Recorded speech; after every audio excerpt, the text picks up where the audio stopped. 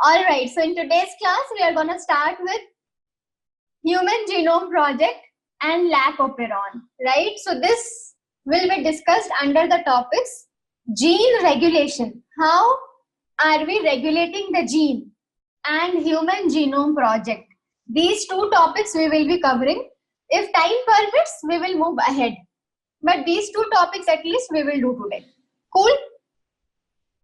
Yes. So as you can see, this is lecture number 10 on the topic molecular basis of inheritance, right? Lecture number 10. And what are we going to discuss? Regulation of the gene. How do you regulate the gene? Gene regulation. And a very big project, Human Genome Project, right? Yes. Good afternoon, Sheikh. All right. So, up to now, what all things we have learned? I hope everyone knows it, right? What all things? DNA, RNA, structure, right? Double helix structure, right? Then RNA is single-stranded that we saw. What is making RNA that we saw?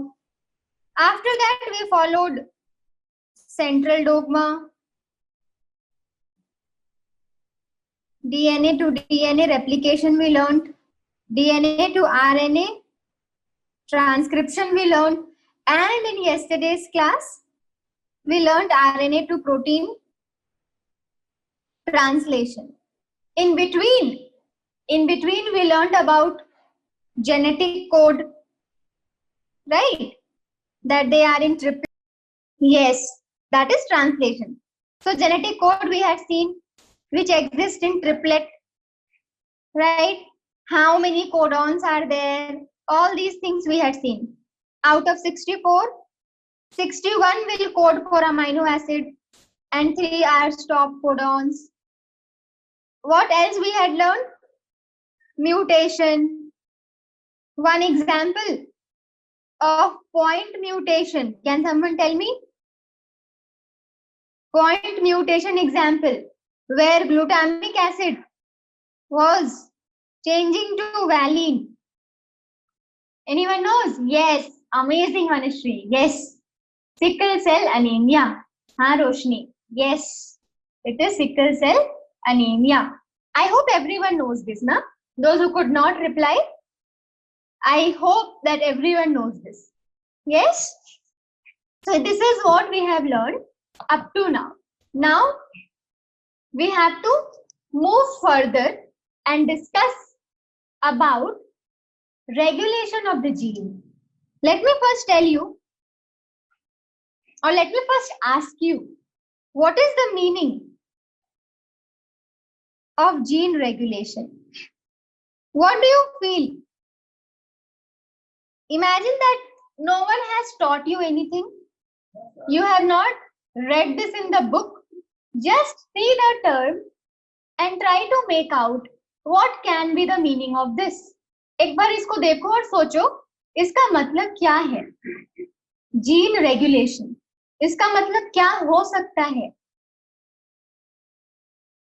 इसके word में लिखा है क्या? कोई unmute होना चाहता है? Anyone wants to explain अपने शब्दों में? How gene works? Awesome. Yes Mahesh. Gene कैसे काम करता है? जीन कैसे रेगुलेट होता है? क्या हम जीन से जो प्रोटीन बनता है उसको रेगुलेट कर सकते हैं? अगर कर सकते हैं कैसे? है ना? Yes, when a gene regulates the system. Yes Roshni, Vanashree, Binsy, हम जीन रेगुलेशन सीख रहे हैं, ठीक है? ट्रांसलेशन के बाद जीन रेगुलेशन सीख रहे हैं, ये हमारा आज का टॉपिक है. Okay Binsy? Gene regulation. So सबको पता है ये चीज कि आखिर ये जीन है कहाँ पे, बताओ? अगर यूकैरियोट की बात करोगे तो ये जीन कहाँ है बताओ? न्यूक्लियस के अंदर, या साइटोप्लाज्म में फ्लोट कर रहा है। ये जीन कहाँ पे है जल्दी बताओ, जीन कहाँ पे है, न्यूक्लियस के अंदर या साइटोप्लाज्म में फ्लोट कर रहा है? अगर न्यूक्लियस के अंदर है तो यस पे क्लिक करो, और अगर साइटोप्लाज्म में है तो नो पे क्लिक करो। सबको पता है? हाँ, now everyone is answering. I think yes और नो पे क्लिक करना इजी है ना, क्योंकि वो सामने आपके स्क्रीन पे होता है, जो मोबाइल से देखते हो उसके लिए बहुत इजी है। तो यस और नो पे तो क्लिक कर सकते हो ना जल्दी जल्दी। यस, चलो। तो न्यूक्लियस के अंदर आपको मिलते हैं आपके जीन। बेसिकली न्यूक्लियस के अंदर आपको क्रोमोसोम मिलते हैं, राइट? उसी क्रोमोसोम में आपका डीएनए है, उसी डीएनए का एक एक सेगमेंट को आप बोल सकते हो जीन। देखो आखिर जीन होता क्या है? क्रोमोसोम है ना, बहुत सारे क्रोमोसोम है आपके, राइट? क्रोमोसोम में क्या पाए जाएंगे? कोई बोलेगा डीएनए क्या है? क्रोमोसोम में तुम्हें एक क्रोमैटिन मिलेगा, है ना? मतलब ये जो थ्रेड लाइक स्ट्रक्चर है वो क्रोमैटिन है। उस अगर वो क्रोमैटिन कंडेंस हो गया, अगर वो क्रोमैटिन कंडेंस हो गया तो वो कैसा दिखने लगता है? ऐसा दिखने लगता है, क्रोमोसोम के जैसा दिखने लगता है, राइट? अब इस क्रोमोसोम में अगर मैं बोलूं कि भाई क्या मैं इसको डीएनए बोल सकती हूँ किसी भी पार्ट को? बिल्कुल बोल सकती हूँ, क्योंकि वो बना किससे है? डीऑक्सीराइबोन्यूक्लिक एसिड से, है ना? बना किससे है डीएनए? डीऑक्सीराइबोन्यूक्लिक एसिड से। तो बोल दो कि ये डीएनए है, डबल हेलिक्स डीएनए। समझ रहे हो ना? ये पूरा फैला हुआ स्ट्रक्चर था न्यूक्लियस के अंदर, वो कंडेंस होके आपको 23 पेयर्स ऑफ क्रोमोसोम बनाते हैं जब भी सेल डिवीजन करता है ना? उसी में अगर मैं एक पार्ट लेके बोलूं और बोलूं कि ये डीएनए है, बोल सकती हूँ डीएनए है। अब इस डीएनए में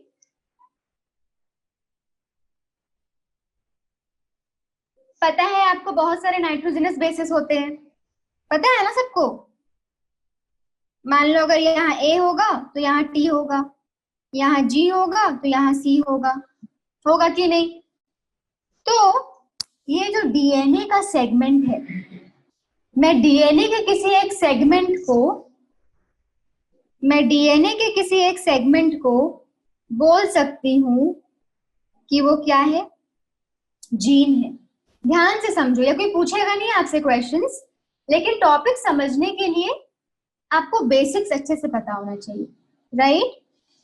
तो अगर मैं यहां से कुछ कट कर दूं, सेगमेंट ले लूं यहां से यहां तक का, मैं बोल सकती हूँ सेगमेंट ऑफ डीएनए जीन है। सेगमेंट ऑफ डीएनए में क्या होगा? कुछ नाइट्रोजनस बेसिस होंगे, है ना? क्योंकि शुगर और फॉस्फेट तो सेम होगा ना। डीएनए बना किससे है? शुगर से, फॉस्फेट से, नाइट्रोजनस बेस से। शुगर और फॉस्फेट हमेशा सेम है, अलग क्या है? Nitrogenous base, ATGC. तो वो कैसे अरेंज है वही अलग अलग जीन देता है कि नहीं? तो डीएनए का सेगमेंट को आप जीन बोल सकते हो। समझ रहे हो? आपको करना क्या है? टॉपिक क्या पढ़ रहे हो? Gene regulation. तो हमें ये देखना है कि क्या जब एक डीएनए से दो डीएनए बन रहा है, हम तब भी तो जीन रेगुलेशन कर सकते हैं ना? जब एक डीएनए से दो डीएनए बन रहा है तो हम जीन को रेगुलेट कर सकते हैं कि नहीं? कुछ ऊपर नीचे इधर उधर कर सकते हैं कि नहीं? सोच के बोलना। जीन को रेगुलेट कर सकते हैं ना? जब एक डीएनए दूसरा डीएनए को बना रहा है, कर सकते हैं। तो हम बोल सकते हैं कि जब रेप्लिकेशन हो रहा है हम जीन को रेगुलेट कर सकते हैं, राइट। अब पहला स्टेप ऐसा हो गया, और हम कब कर सकते हैं जीन का रेगुलेशन? जब डीएनए एमआरएनए बनता है। जब डीएनए एमआरएनए बन रहा है मतलब क्या? ट्रांसक्रिप्शन हो रहा है। इस समय भी क्या होगा? डीएनए का इंफॉर्मेशन, आप नया आरएनए बनाते हो, डीएनए के कोड के अकॉर्डिंग आप नाइट्रोजनस बेस लगाते हो ना यहाँ पे, कॉम्प्लीमेंट्री नाइट्रोजनस बेस। तो ऐसा हो सकता है कि हम ट्रांसक्रिप्शन जब कर रहे हैं तो उसको रेगुलेट करें। यस प्रेरणा, ओके। अभी भी हम जीन रेगुलेट कर सकते हैं कि नहीं? किसी भी प्रोसेस में जीन को रेगुलेट कर सकते हैं। जब ट्रांसक्रिप्शन हो रहा है तब भी कर सकते हैं। और सोचो कब कर सकते हैं? मान लो ट्रांसक्रिप्शन हो गया तो आपके पास एमआरएनए आ गया। अब बताओ, ये एमआरएनए को, मान लो ये साइटोप्लाज्म है, मैं कुछ भी पढ़ा नहीं रही हूं, ठीक है, बस समझा रही हूं कि कैसे हो सकता है चीजें। एमआरएनए को साइटोप्लाज्म में आना है ना, एमआरएनए को साइटोप्लाज्म में आना है या नहीं आना है? ऐसा हो सकता है जब एमआरएनए साइटोप्लाज्म में आ रहा है तो कुछ गड़बड़ हो जाए। जब एमआरएनए साइटोप्लाज्म में आ रहा है तो कुछ गड़बड़ हो सकता है। तो यहाँ पे भी आपका जीन रेगुलेशन करना पड़ेगा। रेगुलेट करो जीन को, नहीं तो कुछ कुछ हो जाएगा। समझ गए? अब बताओ, मान लो एमआरएनए सक्सेसफुली पहुंच गया। मान लो ये सेल है, न्यूक्लियस है, यहाँ पे एमआरएनए सक्सेसफुली पहुंच गया, ठीक है। अब बताओ फाइनल रेगुलेशन कहाँ हो सकता है? सोच के बोलना। एमआरएनए के बाद का स्टेप क्या है? वहां हो सकता है। एमआरएनए का बाद का स्टेप क्या है? सोचो। एमआरएनए, हाँ यस अक्षता, एमआरएनए के बाद का स्टेप क्या है? और लोग बताओ। अक्षता ने आंसर किया है। किस लेवल पे कर सकते हो रेगुलेट? बिल्कुल, yes Prerna, awesome. I hope all of you know it. इसके बाद क्या होगा? प्रोटीन बनेगा, ट्रांसलेशन होगा। तो आप चौथा यहां लिख सकते हो कि जब ट्रांसलेशन होगा तो भी हम जीन को रेगुलेट कर सकते हैं। जब भी कुछ चेंजेस आए, मतलब डीएनए से डीएनए बन रहा है, तो आप जीन को रेगुलेट कर सकते हो।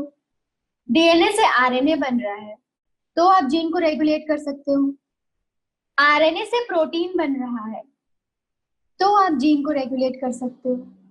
तो बहुत तरीके हैं जीन को रेगुलेट करने के लिए। हमारे बॉडी में हमारा जो सेल है अलग अलग तरीके से जीन को रेगुलेट करता है, ठीक है। तो हम इसी को पढ़ने वाले हैं। यही टॉपिक है हमारा, जीन रेगुलेशन। सबको ये समझ आ गया ना जीन होता क्या है? जीन यही है ना, देखो अभी जो हम एमआरएनए कल जो पढ़े वहां पे कोडॉन था ना, एक कोडॉन एक अमाइनो एसिड को कोड कर रहा था, दूसरा कोडॉन दूसरे अमाइनो एसिड को कोड कर रहा था। यही तो जीन है, यही जीन है ना। एक सेगमेंट ऑफ डीएनए जिससे कि आरएनए बना, एक सेगमेंट ऑफ डीएनए जिससे आरएनए बना, वही तो इंफॉर्मेशन रखा है ना जीन का, वही जीन है, right. Remember promoter, structural gene, terminator, वही तो जीन था ना। एक सिस्ट्रॉन था, उस सिस्ट्रॉन में 3 चीजें थी। रिमेम्बर ट्रांसक्रिप्शन में ट्रांसक्रिप्शन यूनिट था। जब ट्रांसक्रिप्शन सीख रहे थे तो हमने सीखा था कि सिस्ट्रॉन है। सिस्ट्रॉन में क्या देखा था? ये सिस्ट्रॉन कुछ नहीं बट जीन है, ठीक है। ट्रांसक्रिप्शन यूनिट, इस ट्रांसक्रिप्शन यूनिट में हमने 3 चीजें डिवाइड कर दी थी। इनिशिएटर, स्ट्रक्चरल जीन इनिशिएटर की जगह हम इसको प्रमोटर बोलते थे, राइट? प्रमोटर, स्ट्रक्चरल जीन और फिर टर्मिनेटर। तो सबको ये समझ आ गया ना जीन होता क्या है? Segment of DNA, segment of DNA जिससे एमआरएनए बन गया, और एमआरएनए के पास कुछ इंफॉर्मेशन है जिससे कि प्रोटीन बनेगा, वही आपका जीन है ना?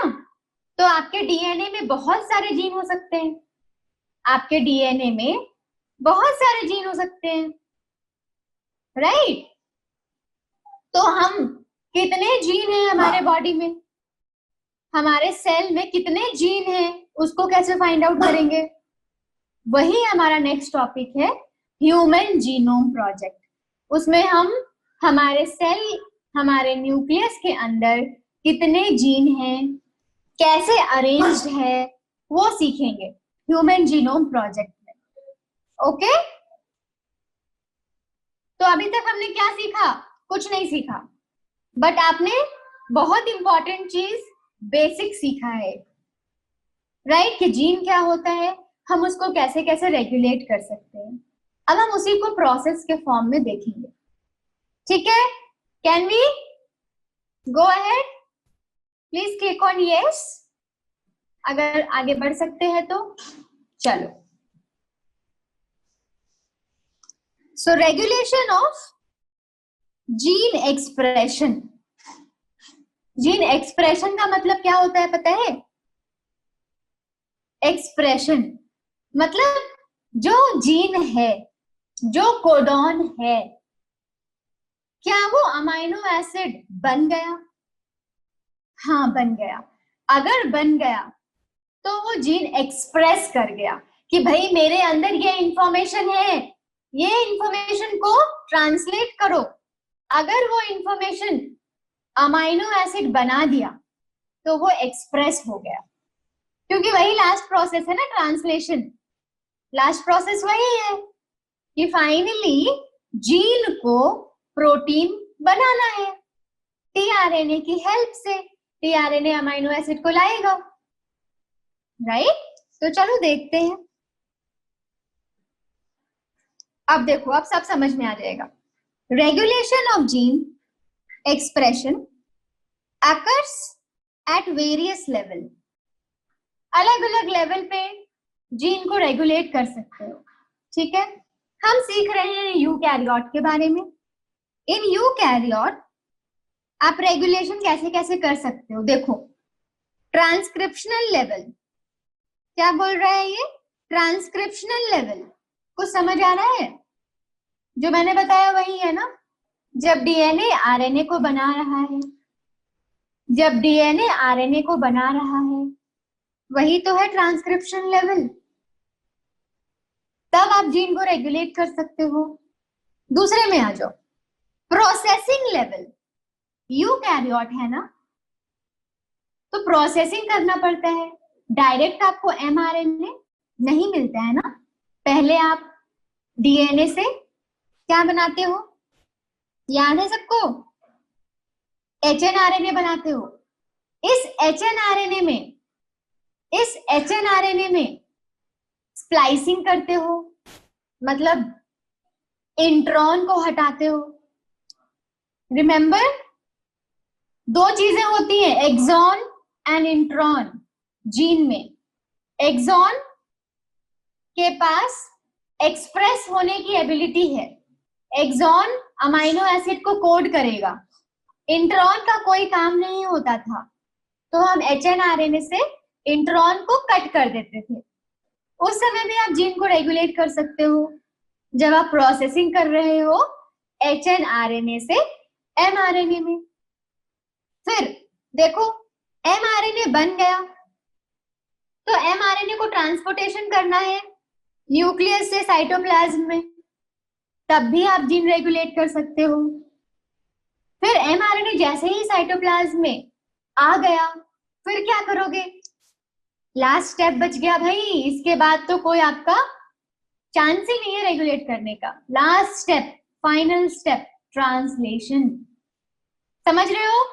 ट्रांसक्रिप्शन पे करोगे प्रोसेसिंग पे करोगे, उसके ट्रांसपोर्ट पे करोगे, फाइनली उसके ट्रांसलेशन पे करोगे। किसी को कोई शक, कोई डाउट? क्लिक ऑन यस, नहीं है तो click on no. Yes click करके जो डाउट है वो भी पूछ लेना, ठीक है? अगर कोई डाउट है पूछ लेना।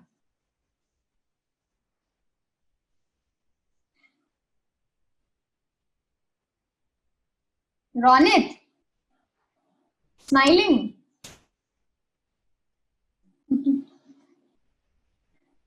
चलो डन। अब क्या सीखेंगे? अब हम एक एग्जाम्पल सीख रहे हैं, एक जीन रेगुलेशन का एग्जाम्पल सीख रहे हैं। बट किसमें सीख रहे हैं पता है? प्रोकैरियोट में सीख रहे हैं। किसमें सीख रहे हैं? प्रोकैरियोट में। ये बहुत इंपॉर्टेंट है जानना। हम ये यूकैरियोट में नहीं सीख रहे हैं। हम जो एग्जाम्पल सीख रहे हैं, हमें जो सीखना है एग्जाम्पल, वो प्रोकैरियोट का सीखना है। उसका नाम क्या है? Lac operon. क्या नाम है? Lac operon. क्या नाम है जीन रेगुलेशन का? Lac operon.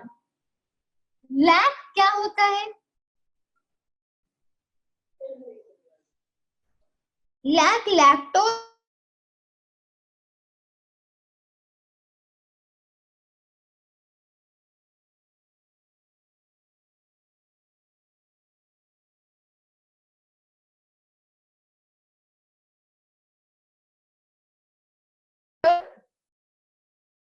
all of you can hear me? Please click on yes if you can hear me. On और ऑफ का मतलब समझ आता होगा ना? ऑन मतलब काम हो जाना, ऑफ मतलब काम नहीं होना। तो lac is for lactose, OP is operator, OPE is operator, R is regulator, and these are going to help in switching on and switching off. किसके लिए? जीन के लिए।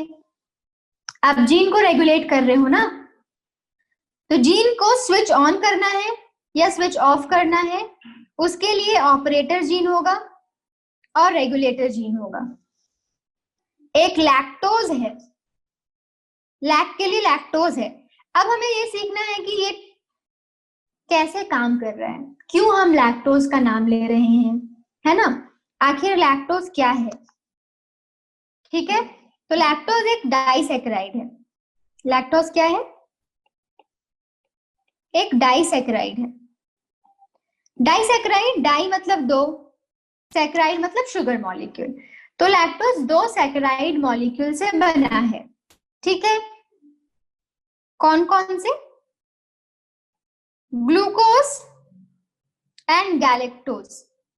इसको एक बार चेक कर लेना, ठीक है? Glucose and galactose, I think इसी से बना है। Glucose and galactose. ग्लूकोज एक शुगर है, गैलेक्टोज भी एक शुगर है, ठीक है? हाँ समीक्षा, ठीक है ना? करेक्ट है। Okay, so glucose and galactose. Okay Vanashree, अब देखो क्या होने वाला है। लैक ओपेरॉन, ध्यान से देखना। हाँ, क्या क्या चीजें प्रेजेंट होनी चाहिए? रेगुलेटर जीन, ऑपरेटर जीन, ठीक है? रेगुलेटर जीन, ऑपरेटर जीन, ध्यान से देखना, कंफ्यूज मत होना। ये जो हम सीख रहे हैं वो किस लेवल पे सीख रहे हैं? ये जो हम सीख रहे हैं किस लेवल पे सीख रहे हैं? ये ट्रांसक्रिप्शन लेवल पे सीख रहे हैं, और बोल सकते हो ट्रांसलेशन लेवल पे सीख रहे हैं, ठीक है? ट्रांसलेशन का मतलब mRNA बन रहा है, mRNA से प्रोटीन बन रहा है, ठीक है? तो एक एक करके सीखते हैं। कौन इसमें ऑपरेटर है, कौन इसमें रेगुलेटर है? ध्यान से देखो इसको, धीरे धीरे समझना, घबराने की बात नहीं है। आई दिख रहा है सबको? आई, आई एक जीन है। और कौन सा जीन है आई पता है? आई, पूरे डायग्राम को मत देखो, कंफ्यूज हो जाओगे। जैसे जैसे मैं बता रही हूँ वैसे वैसे देखो एक एक करके, ठीक है। आई आपका क्या है? रेगुलेटर जीन है। क्या है? Regulator gene. तो आई जीन क्या है जल्दी बताओ। आई जीन क्या है? रेगुलेटर जीन है। आई जीन क्या है? रेगुलेटर जीन है। समझ रहे हो? अब यहाँ कुछ दिख रहा है? ओ, यहाँ ओ दिख रहा है? सबको वो दिख रहा है ना? इसको बोल सकते हो ऑपरेटर जीन। क्या बोल सकते हो? ऑपरेटर। ऑपरेटर, समझ रहे हो? ऑपरेटर। यस। अब यहां तक किसको किसको समझ आ गया? करंट। यूकैरियोटिक जीन कैसा था? मोनोसिस्ट्रॉनिक। प्रोकैरियोटिक जीन कैसा होता है? पॉलीसिस्ट्रॉनिक। ये सीखा है हमने पहले ही। प्रोकैरियोट में हम सीख रहे हैं ना, तो प्रोकैरियोटिक जीन कैसा होता है? Polycistronic gene. ठीक है, मतलब बहुत सारे सिस्ट्रॉन होंगे। ओपेरॉन में क्या सीखोगे कि कैसे जो जीन है उसको हम रेगुलेट कर रहे हैं। तो उसके लिए एक ऑपरेटर जीन होगा, एक रेगुलेटर जीन होगा। तो देखो यहाँ रेगुलेटर जीन हो गया। रेगुलेटर जीन कौन है? आई जीन। और ये आपका ऑपरेटर है, ये आपका ऑपरेटर है। कूल। अब याद है आपको, जब भी ट्रांसक्रिप्शन होता है, जब भी ट्रांसक्रिप्शन होता है तो एक ट्रांसक्रिप्शन यूनिट था। Remember transcription unit? तो प्रोमोटर होगा। क्या होगा?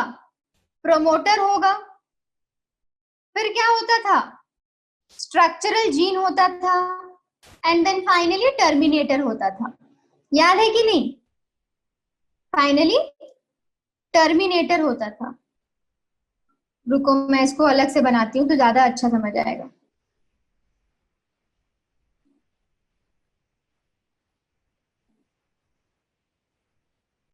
क्या देख रहे हैं हम? एक आई जीन है। कौन सा जीन है? आई जीन। इसी को मैंने क्या बोला है? Regulator gene. यही रेगुलेट करने वाला है, इसलिए रेगुलेटर जीन। अब आपके पास क्या होना चाहिए? प्रमोटर होना चाहिए। तो आपके पास प्रमोटर है, ठीक है। अब एक ऑपरेटर है, ठीक है। उसके बाद क्या है? स्ट्रक्चरल जीन है। कौन कौन से है? जेड वाई ए। स्ट्रक्चरल जीन कौन कौन है देख लो। जेड वाई ए। स्ट्रक्चरल जीन जेड वाई ए। स्ट्रक्चरल जीन जेड वाई ए। अब हम ये सीख रहे हैं क्या? जीन रेगुलेशन किसमें? प्रोकैरियोट में, बैक्टीरिया में, है ना। अब ध्यान से देखो, रेगुलेटर जीन क्या बनाएगा? जीन है ना, ये जीन है। तो देखो रेगुलेटर जीन अपना एमआरएनए बनाया। आई जीन आई एमआरएनए बनाएगा। आई एमआरएनए प्रोटीन बनाएगा। ठीक है, समझ रहे हो? अब तो यहाँ पे लिख लो, आई जीन आई एमआरएनए बनाया, इसने प्रोटीन बनाया। अब ध्यान से देखो, ये जो प्रोटीन है ये रिप्रेसेबल है। और छोड़ो, प्रोटीन बन गया। अब पता है ये प्रोटीन क्या करेगा? ये प्रोटीन जाके ऑपरेट कौन कर रहा है? यहाँ पे जाके बाइंड कर जाएगा। ये प्रोटीन कहाँ बाइंड कर गया? ये प्रोटीन ऑपरेटर में जाके बाइंड कर गया। ये प्रोटीन ऑपरेटर में जाके बाइंड कर गया। अब किसी को थोड़ा भी आइडिया है, अगर ये ऑपरेटर पे जाके बाइंड हो गया तो ZYA का ट्रांसक्रिप्शन होगा या नहीं? अगर ये वाला प्रोटीन ऑपरेटर पे बाइंड हो गया तो ये मुझे बताओ ट्रांसक्रिप्शन होगा या नहीं, इससे mRNA बनेगा या नहीं? स्ट्रक्चरल जीन जो है वो mRNA बनाएगा या नहीं? यस और नो? किसी को पता है? यस, बहुत अच्छी बात है। चलो फिर मैं नया कुछ सिखाती हूँ। जैसे ही ये प्रोटीन इसको बाइंड करेगा ना, ये क्या होगा पता है?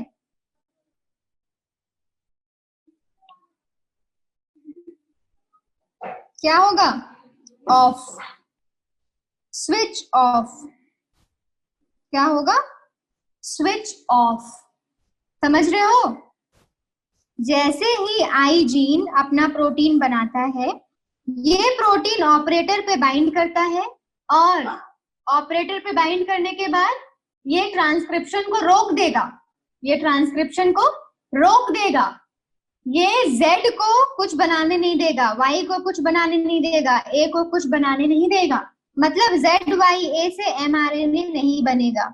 अगर mRNA नहीं बनेगा, अगर mRNA ही नहीं बनेगा तो क्या इससे प्रोटीन बन पाएगा? यस प्रेरणा, बिल्कुल सही। तो mRNA नहीं बनेगा मतलब प्रोटीन भी नहीं बनेगा, है ना? अब देखो, अब छोटे छोटे चीजें सीखते हैं। Z बनाता क्या है? Z बनाता क्या है पता है? देखो, Z बनाता है बीटा गैलेक्टोसाइडेस। अगर ZYA mRNA बनाता तो mRNA से प्रोटीन बनता, राइट? तो हम कंसीडर कर रहे हैं कि वो बना रहा है। तो Z क्या बनाता पता है? Beta galactosidase. Y mRNA में आता और ये mRNA क्या बनाता पता है? Y का ये वाला पार्ट क्या बनाता? परमिएज। और A का ये वाला पार्ट क्या बनाता? Transacetylase. तो ये सारी चीजें नहीं बनेंगी, ये सारी चीजें नहीं बनेंगी। क्यों? क्योंकि ये जो प्रोटीन है वो ऑपरेटर पे बाइंड करके इसको रोक दिया, ट्रांसक्रिप्शन को स्टॉप कर दिया। तो बोलो, जीन को रेगुलेट किया या नहीं? जीन रेगुलेट हुआ या नहीं? इसके बाद ना ही ट्रांसक्रिप्शन होगा ना ही ट्रांसलेशन होगा। जीन रेगुलेट हुआ या नहीं हुआ? इसकी वजह से। तो ये जो आई जीन है ना, जो रेगुलेटर जीन है, वो इसको स्विच ऑफ कर देगा। स्विच ऑफ, स्विच ऑफ, ठीक है? इसको हम बोलते हैं रिप्रेसेबल प्रोटीन। रिप्रेसेबल क्यों बोलते हैं? क्योंकि ये इसके फंक्शन को रिप्रेस कर देता है, क्योंकि ये इसको स्विच ऑफ कर देता है। That is why it is called as repressor. Repressor भी बोल सकते हो, क्योंकि वो उसको फंक्शन को खत्म कर देता है, स्विच ऑफ कर देता है। समझे? क्या सबको समझ आया कि ZYA प्रोटीन का फॉर्मेशन नहीं करेगा, ट्रांसक्रिप्शन ट्रांसलेशन नहीं होगा अगर ये आई जीन का प्रोटीन ऑपरेटर से बाइंड करेगा, स्विच ऑफ, राइट? अब हम देखते हैं कि कब ये बनाएगा। इस समय हमने देखा ये नहीं बनाएगा, अब हम देखेंगे ये कब बनाएगा, कब ZYA जीन प्रोटीन बनाएंगे। तो क्वेश्चन है कि अभी तक हमने लैक्टोज को नहीं देखा, इसका नाम क्या है? लैकोपेरॉन। बट अभी तक मैंने लैक्टोज के बारे में कुछ नहीं बताया, सिर्फ बताया कि वो डाइसैकेराइड है, राइट? तो अब देखो, मान लो बैक्टीरिया की बॉडी में क्या चला गया? लैक्टोज। मान लो ये बैक्टीरिया है, इसके पास क्या? इसको लैक्टोज चाहिए। क्या चाहिए? लैक्टोज। लैक्टोज क्या है बताओ? डाइसैकेराइड है ना, ग्लूकोज और गैलेक्टोज से बना। तो इसको ब्रेक करना है या नहीं? इसको तोड़ना है कि नहीं? ग्लूकोज और गैलेक्टोज कहाँ से मिलेगा? लैक्टोज को तोड़ के मिलेगा, राइट। और पता है ये कैसे होगा? ये जो एंजाइम दिख रहा है, beta galactosidase, beta galactosidase enzyme lactose को ग्लूकोज और गैलेक्टोज में तोड़ देता है, समझे? तो आप सोचो, जब लैक्टोज था ही नहीं, जब लैक्टोज था ही नहीं तो उनको ब्रेक करना ही नहीं है उनको, तो क्यों वो बनाता, क्यों बनाता ये सब वो? इसलिए जब बैक्टीरिया के पास लैक्टोज नहीं है तो ये आई जीन क्या बोलेगा, भाई तुम मत बनाओ ये सब वेस्ट हो जाएगा, क्योंकि बैक्टीरिया की बॉडी में लैक्टोज नहीं आया है अभी। जैसे लैक्टोज आएगा क्या होगा, बोलेगा अच्छा अब तुम बना सकते हो एमआरएनए को और प्रोटीन को। तो हमारा दूसरा केस क्या है कि बैक्टीरिया को लैक्टोज मिलने लगा। जैसे ही लैक्टोज मिल गया, अब देखो, जैसे ही लैक्टोज मिल गया कंडीशन कुछ ऐसा हो गया, Z Y A, है ना? यहाँ पे आपका आई जीन है, यहाँ पे ऑपरेटर है मान लो, ठीक है, जो ऑपरेट करेगा। अब ये आई जीन क्या बनाएगा, एमआरएनए, मतलब आई वाला एमआरएनए, ये एक प्रोटीन भी बनाएगा। अब देखो क्या होने वाला है, यहां तक तो प्रोसेस सेम। अब बैक्टीरिया के पास क्या आया, लैक्टोज। अब ये लैक्टोज क्या करने वाला है, मैजिक। देखो ये प्रोटीन ऑपरेटर पे बाइंड करता तो स्विच ऑफ हो जाता ना, बट अगर इस प्रोटीन को हम यहां तक पहुंचने ही ना दे, अगर हम इस प्रोटीन को यहां पहुंचने ही ना दे तो क्या होगा, स्ट्रक्चरल जीन एमआरएनए बनाएगा और एमआरएनए क्या बनाएगा, प्रोटीन बनाएगा। समझ रहे हो? तो ये जो लैक्टोज है जैसे ही बैक्टीरिया में आएगा ये वाले प्रोटीन से बाइंड कर जाएगा और उसकी वजह से ये क्या हो जाएगा, स्विच ऑन। अब जैसे ही स्विच ऑन होगा आपको एमआरएनए मिल जाएगा और एमआरएनए के बाद आपको प्रोटीन मिल जाएगा, है ना? जेड क्या बनाएगा, बीटा गैलेक्टोसाइडेज। वाई क्या बनाएगा, वाई क्या बनाएगा, परमिएज। ए क्या बनाएगा, ट्रांस एसिटाइलेज।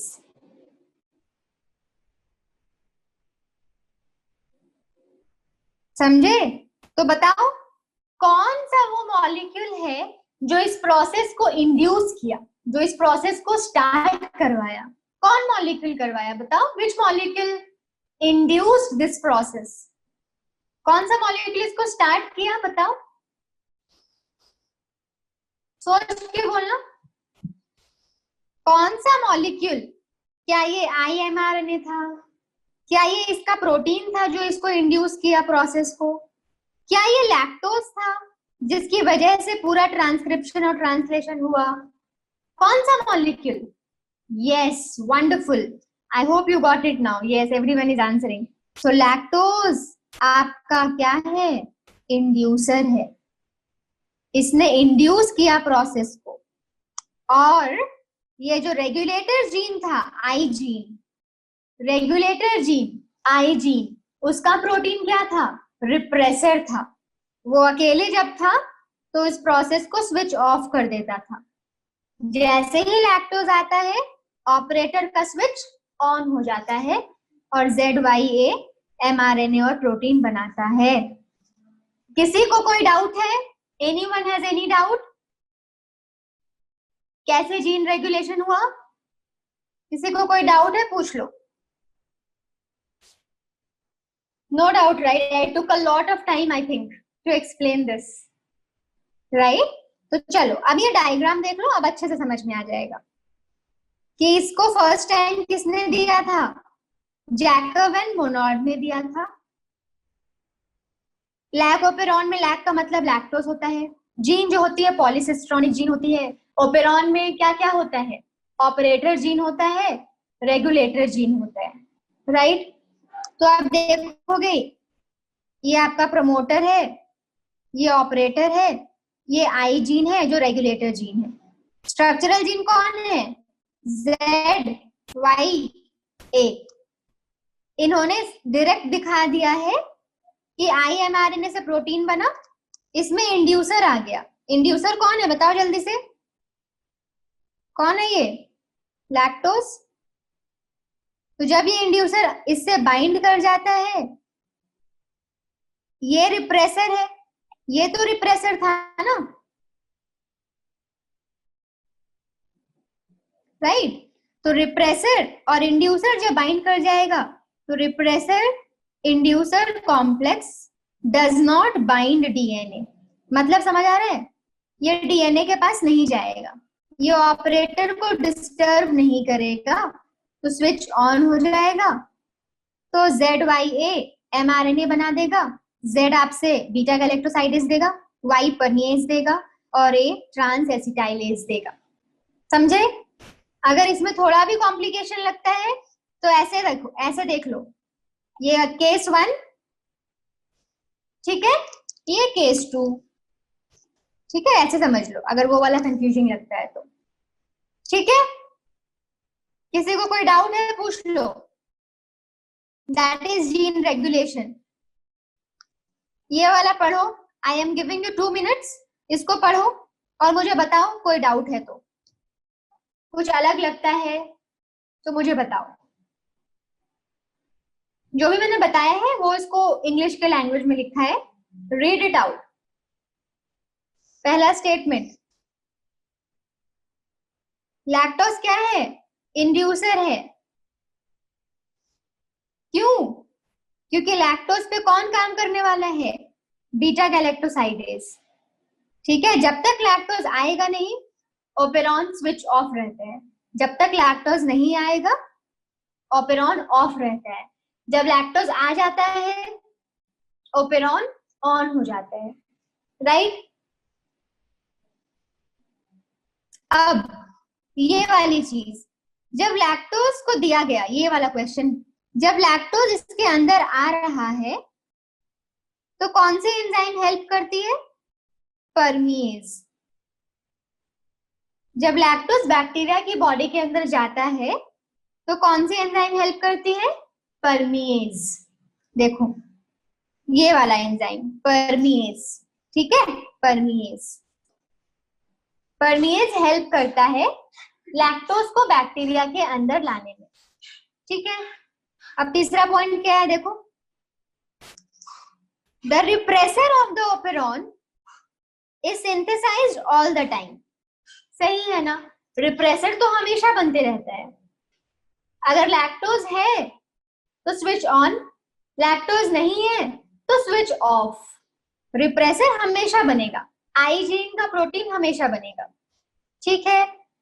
पढ़ो फिर उसके बाद क्या है, repressor protein bind to operator reason.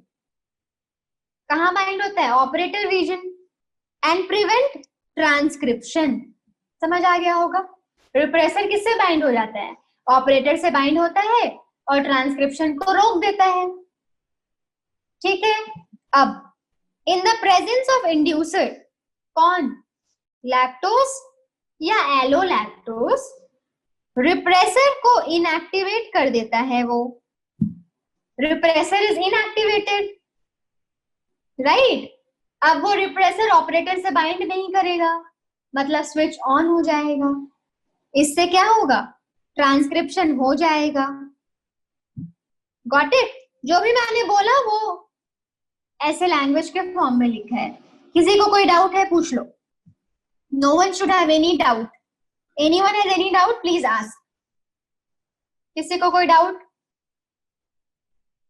Anyone has any doubt gene regulation में? यस नो कुछ भी?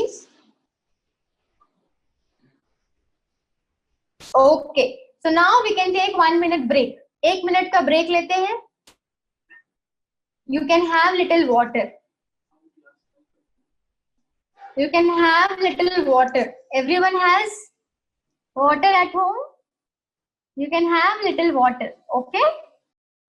In the beginning, the introduction of Human Genome Project. Why it was there? क्यों? तो लोगों को क्या जानना था कि कोई इंसान है, उसकी बॉडी में सेल है, उसकी बॉडी में न्यूक्लियस है, और वो न्यूक्लियस का मटेरियल को क्रोमोसोम बना सकते हो। उसी क्रोमोसोम से आपको डीएनए मिलता है, राइट? उसी डीएनए में आपको जीन मिलता है। अब क्वेश्चन ये था कि कितने जीन है और वो जीन कहाँ कहाँ है। यहाँ पे ए है, या यहाँ पे टी है, या यहाँ पे सी है, या यहाँ पे जी है। ये क्वेश्चन था, समझ रहे हो? कि यहाँ पे आखिर है कौन सा नाइट्रोजनस बेस है, यहाँ पे कौन सा नाइट्रोजनस बेस है, यहाँ पे कौन है, यहाँ पे कौन है, यहाँ कौन है। तो ये फाइंड आउट करना था कि जीन कितने हैं, और अगर पता चल गया कितने हैं तो उनका सीक्वेंस क्या है, उनका सीक्वेंस क्या है, वो कैसे अरेंज्ड है। यही सबसे बड़ा काम था ह्यूमन जीनोम प्रोजेक्ट का। ओके, 13 साल तक ये प्रोजेक्ट चला, इसीलिए इसको बोलते हैं बहुत बड़ा प्रोजेक्ट, इसीलिए इसको बोलते हैं मेगा प्रोजेक्ट। मेगा का मतलब बड़ा, राइट? Mega project. तो देखो, ह्यूमन जीनोम प्रोजेक्ट एक मेगा प्रोजेक्ट है। इसमें पूरा थियोरी है, ठीक है? कुछ भी लॉजिक का चीज नहीं है। उन्होंने जो फाइंड आउट किया तो वो हमें सीखना है कि हमारे सेल में कितने जीन हैं, है ना? कौन से ईयर में? 1990 में। खत्म कब किया? 2003 में। कितने साल हो गए? 13 साल। 13 साल का ये प्रोजेक्ट था। ओके, तो ह्यूमन जीनोम से क्या पता चला कि हमारे पास कितने बेस पेयर्स है? 3 into 10 to the power 9 base pairs है। ये पावर है, ठीक है? 109 नहीं है, ये पावर है 10 to the power 9, ठीक है? तो ऐसे बोलते हैं कि अगर आप अपने डीएनए के सीक्वेंस के बारे में बुक लिखोगे ना, तो 3300 बुक लिख सकते हो। डीएनए सीक्वेंस का इंफॉर्मेशन, अगर एक सेल, ह्यूमन का एक सेल लेते हो, उसके डीएनए का इंफॉर्मेशन अगर लिखना स्टार्ट करते हो तो 3300 बुक्स की जरूरत पड़ेगी। इंफॉर्मेशन है, ठीक है?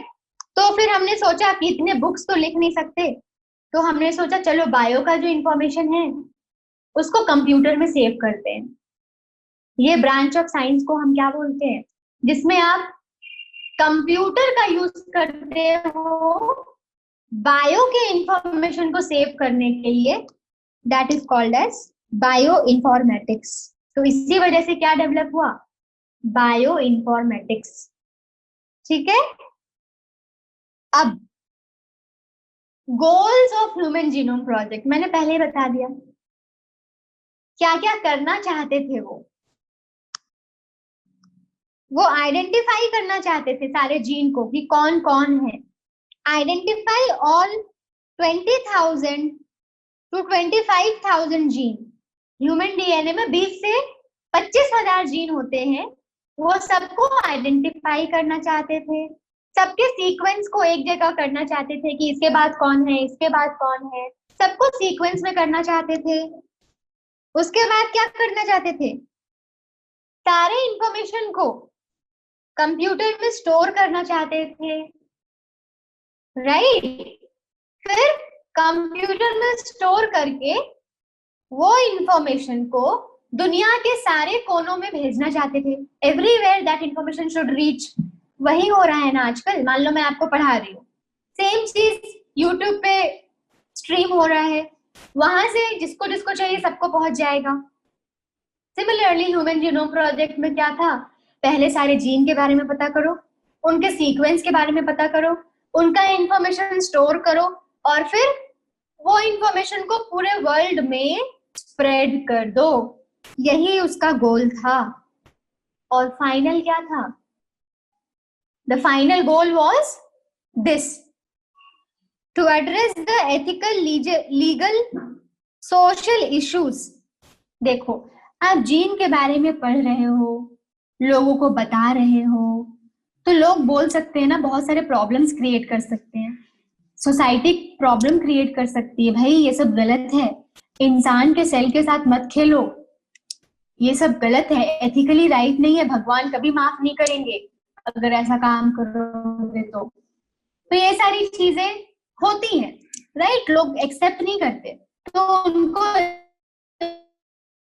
you all can hear me? So that is a little bit, that's little bit information related to Human Genome Project. Okay? So tomorrow we will continue from here, Human Genome Project से, and फिर DNA fingerprinting we will discuss. If you have any doubt, that can be asked. कोई doubt है क्या? आप पूछ सकते हो. If there is any doubt, you can ask. ठीक है? Yeah, yes. That is all for today. Okay, Diksha? हाँ Mahesh, I was in VIT before. Yes. VIT Vellore. और भी कोई सवाल है किसी के?